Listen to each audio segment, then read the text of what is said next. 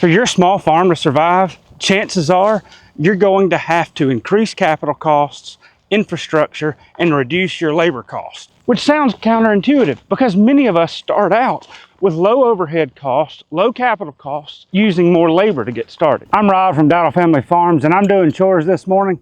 Let's talk a little bit about how we can save time, energy, and money while also building our farm business and regenerating our soils. You know, it's funny, when I occasionally mention how long something takes, I'm amazed by the number of people who will say I'm just lazy. If I was just moderately lazy, I may not put out this 1,000 feet of 2-inch lay flat line. It's not that big of a deal. But somebody that's got an ounce of laziness in them is not going to put out nearly 2,000 feet of 3.5-inch fire hose so that they can irrigate 3 or 4 acres of cover crops for their pigs.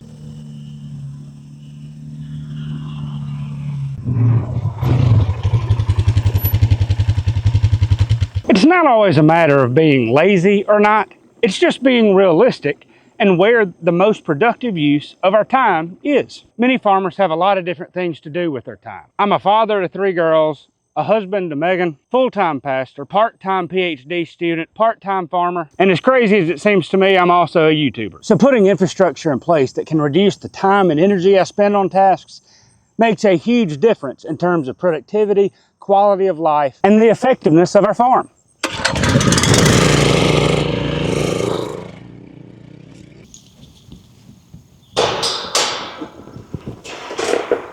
Of all the things that I do on the farm, I like to break them into 3 different groups of jobs or tasks.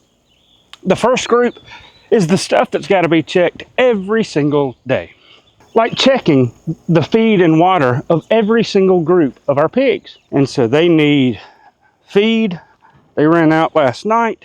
They've got water in their tank, in their livestock tank, but they need water in that tank over there. Even though they've got water, I know they're going to run out soon, so I'll go on and fill that up today while I'm at it.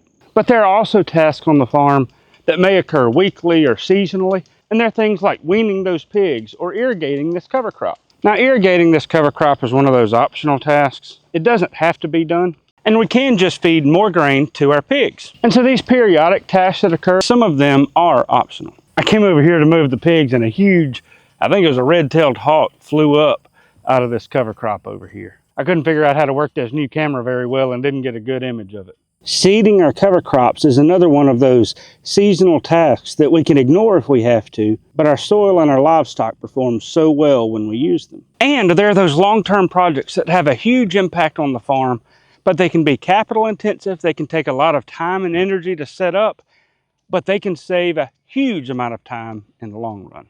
An example of that is setting up more of our high tensile electric fence, because it makes moving our livestock so much easier and saves a lot of time and money in the process.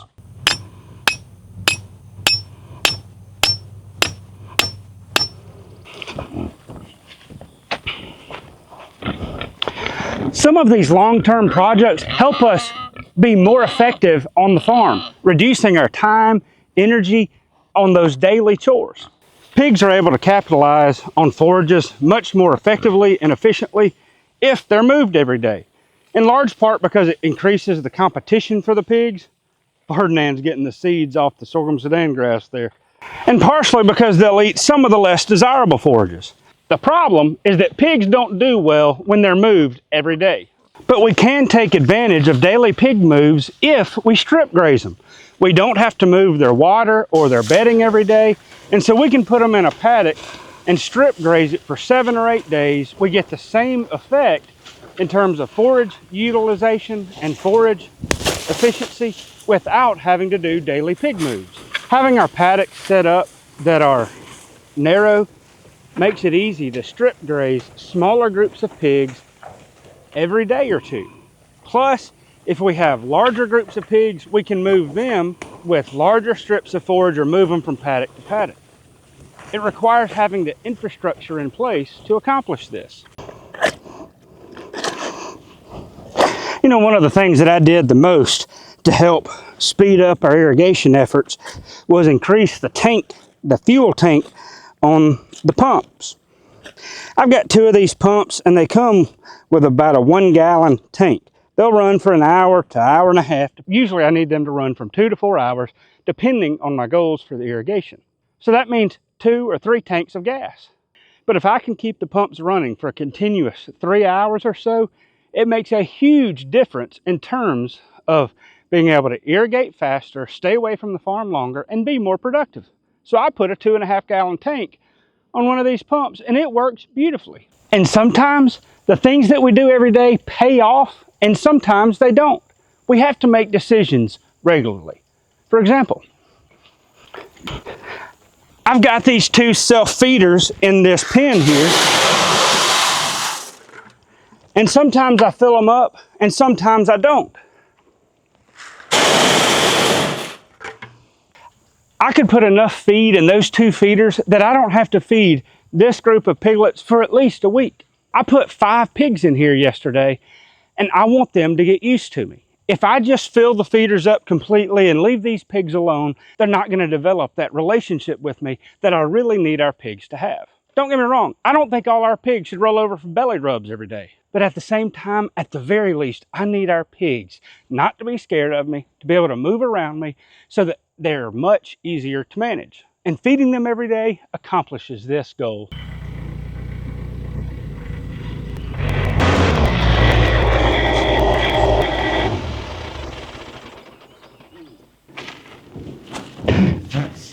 And one thing that most pastured pork producers forget is that we're raising, yes, a premium product, but so often when we're smaller scale, our costs are higher. But if pastured pork is ever going to be the norm, we have got to get to the point where we reduce our costs. And one of the easiest ways, the most effective ways, is increasing some of our infrastructure. It's a great way of getting into the system, but if our labor is constantly high, not only are we at risk of putting ourselves in a bind if we're the only labor force on our farm that knows how to do those certain projects, feed the way we do, move pigs the way we do, but we also drastically increase the price of the product that we're producing.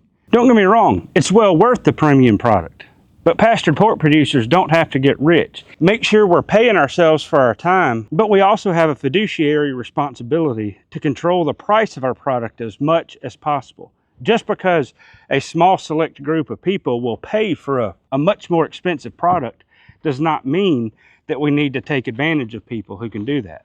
Perhaps the greatest reason for being most efficient with the use of our labor on the farm is imagining what happens if the worst case scenario occurs.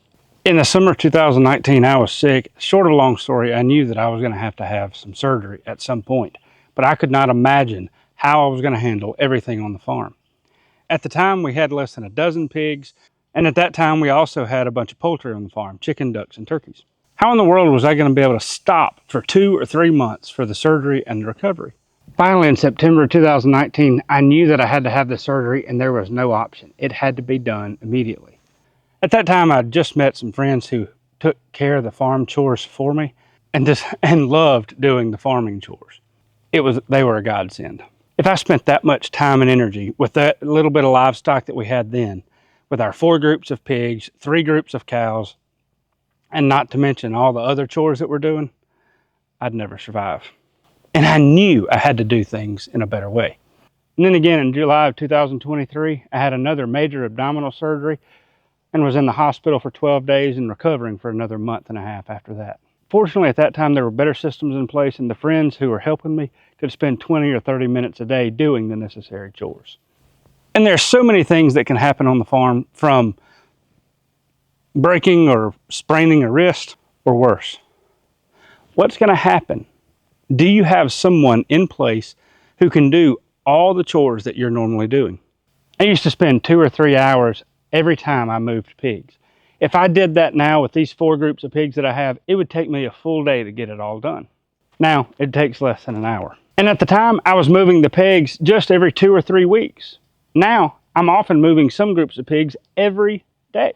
So it's a factor not only of health issues and what people can do in your absence. Normally, you can find somebody to feed your pigs grain, and that's fine. But when you're in a hurry, when life gets busy and life gets chaotic, and you're looking forward, and you're thinking, you know what, I got to do as much as I can, as quickly as I can, you may dread that 1 or 2 hour, 3 hour pig move, and not move them. And in the process, it's not going to be as efficient for your pigs, it's not going to be as great for your land, and it's not going to be as easy for your pocketbook. So if you have the system set up in place, it can make life much, much easier.